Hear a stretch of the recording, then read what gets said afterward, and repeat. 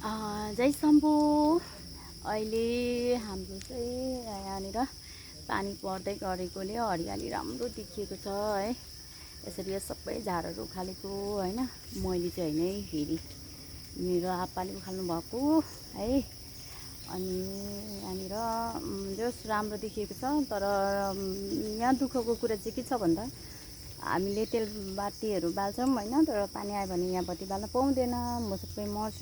किनभने यहाँनिर छानाहरू लाग्ने त्यस्तो मन्दी छैन नि त। अब फेरि यहाँ छाना लाग्ने मन्दी पनि मिल्दैन, त्यही भएको कारणले जे छ जस्तो छ, जस राम्रो छ। आमाको कृपा, भगवान्को कृपा सबैले रक्षा गरेको छन्। यति हो, अलिक दाउराहरू चाहिँ माथिबाट झऱ्यो भने टाउको फुट्छ है। यहाँ दुईवटा झरिहाल्यो भने टाउको छेउमा भएको भए लाग्थ्यो पनि होला होइन। अनि यतातिर अब अलिकति बर्खामा हिँड्नलाई यहाँ गाह्रो छ, चिप्लिन्छ।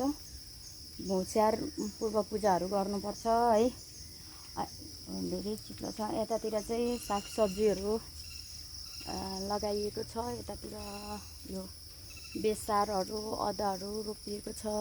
जे छ जस्तो छ, राम्रो छ।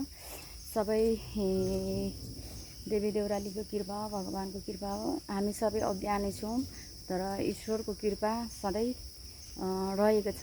यसैमा खुसी छु। जय आमा पाथिभरा, जय शम्भु, हर हर महादेव, जय श्री राधे श्याम।